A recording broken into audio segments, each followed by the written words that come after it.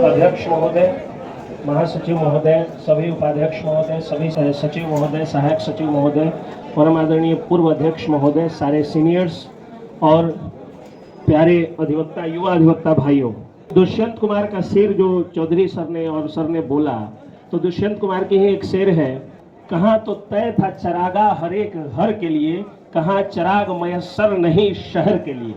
कहाँ तो तय था कि एडवोकेट्स प्रोटेक्शन एक्ट लाएंगे और उल्टा जो है लोगों के हाथ में एक बेड़ी पैरों में जो है वो पहनाने का काम जो सरकार कर रही है, उसके खिलाफ सभी आदरणीय अधिवक्ता बंधु, सभी प्यारे युवा अधिवक्ता बंधु एक है, अपनी चट्टानी एकता का परिचय देंगे। ये चंपारण की धरती है, ये गोरख बाबू की धरती है, ये पीर मोहम्मद मुनीश की धरती है।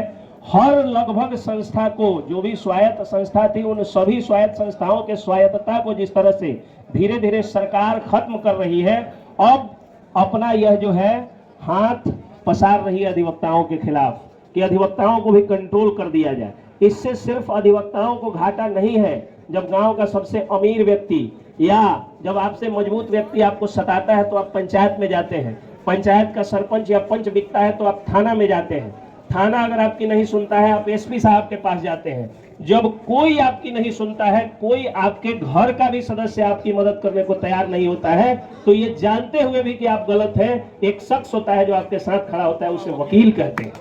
क्यों ऐसा? इसलिए क्योंकि वकीलों को संवैधानिक शक्तियां प्राप्त है, उनको संवैधानिक कुछ पावर प्रदत्त है कि वो स्वायत्त है, उनके ऊपर सरकार का कोई कब्जा नहीं है।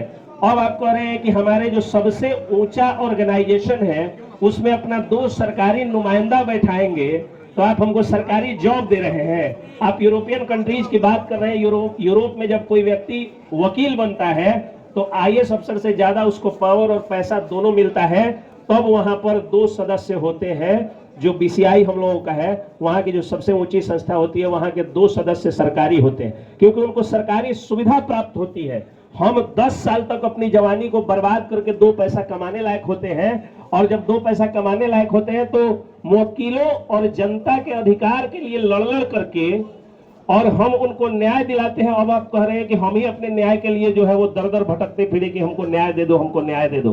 तो न्याय के योद्धाओं पर अन्याय अगर होगा, तो जब जनता पर अन्याय हम लोग गुलाम भारत में नहीं सहे, तो खुद पर अन्याय इस आजाद भारत में हम कैसे सह सकते हैं? और इस बिल का विरोध तब तक होगा जब तक इस पर बात बंद नहीं हो जाए। आप कह रहे हैं जनमत संग्रह कराएंगे, आप पब्लिक ओपिनियन लेंगे। पब्लिक ओपिनियन लेने के लिए तो संविधान निर्माताओं ने पब्लिक को ओपिनियन देने की शक्ति हमको दी है कि हम जो ओपिनियन देंगे वो ऑथेंटिक होगा और पब्लिक उस ओपिनियन पे काम करेगी, तो कानून रूपी पैजामा उसके जो है वो शरीर पर, तन पर कानून रूपी कपड़ा रहेगा और वो खूबसूरत दिखेगा, खूबसूरत समाज का निर्माण होगा। और आप कह रहे हैं कि हमारे लिए जो कानून बनाना है उसमें आप पब्लिक का ओपिनियन लेंगे। जो पब्लिक आकर के हमको पैसा दे करके ओपिनियन लेती है और हम उसको ऐसा ओपिनियन दे देते हैं कि बड़े बड़े सत्तासीनों की सत्ता हिल जाती है हमारे ओपिनियन से। और अब आप कह रहे हैं कि सत्ता हमारे लिए पब्लिक से ओपिनियन लेगी।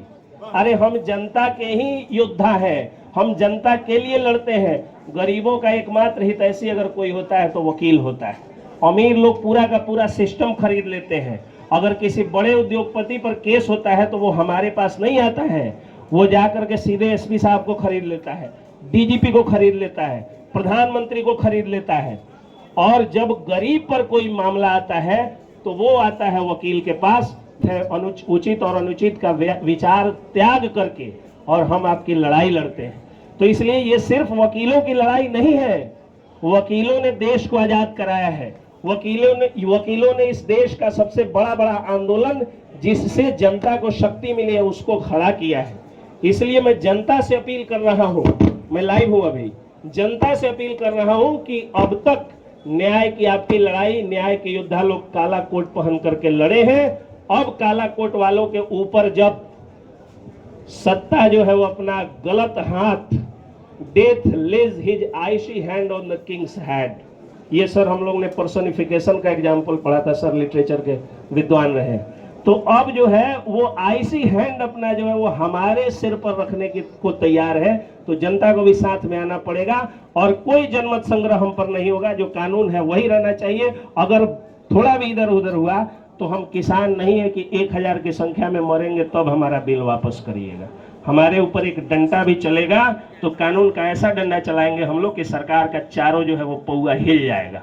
धन्यवाद।